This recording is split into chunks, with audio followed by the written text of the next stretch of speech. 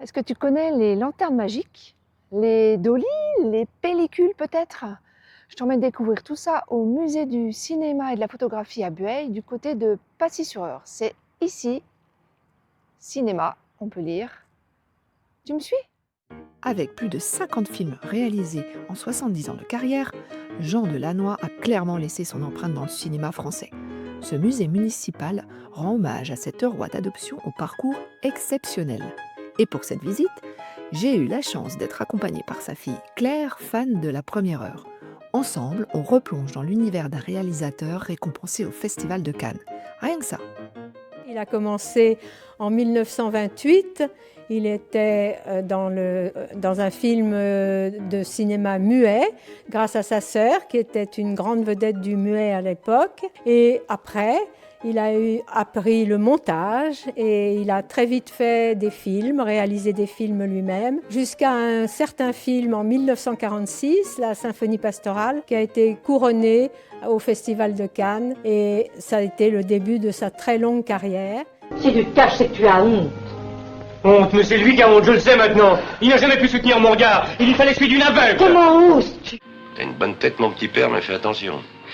Pourquoi vous me dites ça? Parce qu'on pourrait bien te la couper. Esmeralda. Je ne sais pas s'il m'aime.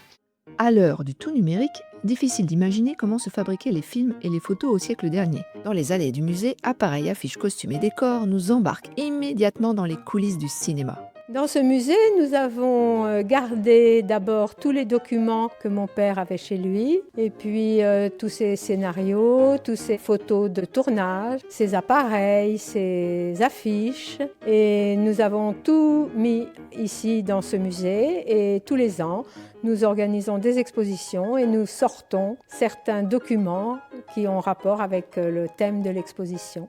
Chaque année, l'équipe de bénévoles imagine et construit une toute nouvelle exposition de A à Z. En 2026, place à Destin de femmes.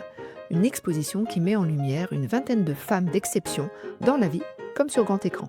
Elle est à découvrir jusqu'au 25 octobre. Nous sommes une quinzaine de bénévoles. Ils travaillent avec passion. Nous avons choisi une vingtaine de femmes qui ont eu d'abord un parcours extraordinaire et un film retraçant leur vie. Donc de Cléopâtre à Marie Curie, de Simone Veil à Joséphine Baker. Toutes ces femmes ont eu des vies extraordinaires.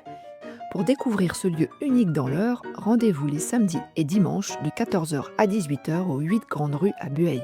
L'entrée est à 5 € et c'est gratuit pour les moins de 7 ans. Des visites de groupe peuvent aussi être organisées.